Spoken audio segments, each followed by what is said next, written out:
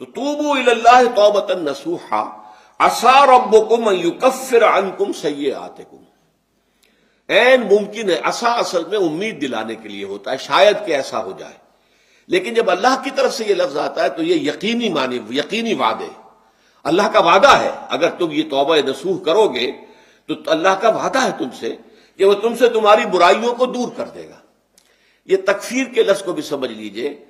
کفر کا اصل معنی ہے چھپا دینا، دبا دینا.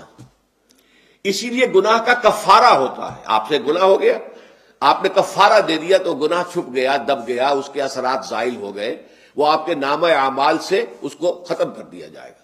یہ ہے کفارہ، کفارہ. کفار جمع ہے کافر کی. کافر جو ہے وہ حق کو چھپاتا ہے، اللہ کی دعوت جو دی جا رہی ہے اس کو دباتا ہے.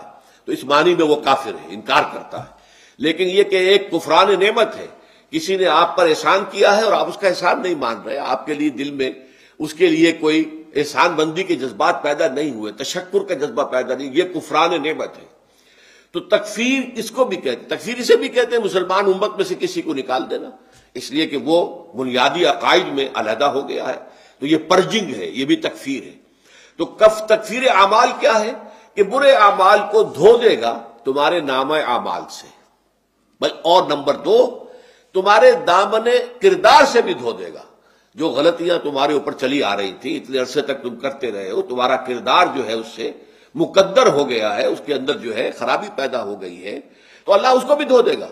تو دنیا میں بھی تکفیر کا اثر ہوگا کہ انسان کی اصلاح ہو جائے گی، اس کی سیرت و کردار جو ہے صحیح رخ پر آ جائیں گے. اور آخرت میں یہ ہے کہ اس کا جو اعمال نامے میں جو گناہ درج تھا وہ وہاں سے صاف کر دیا جائے گا، محو کر دیا جائے گا. یہ تکفیر 2 گناہ ہے. اور اس میں جو ہم سورہ الفرقان میں پڑھ کر آئے ہیں وہ اس سے بھی اگلی بات ہے. اولئک یبدل اللہ سیئاتہم حسنات. جہاں گناہ کا اندراج تھا وہاں اب نیکی کا اندراج ہو جائے گا. تمہاری سیرت و کردار میں جو گناہ کا پہلو تھا وہ اب نیکی کے پہلو میں بدل جائے گا. یہ تکفیر گویا کہ دنیا میں بھی اور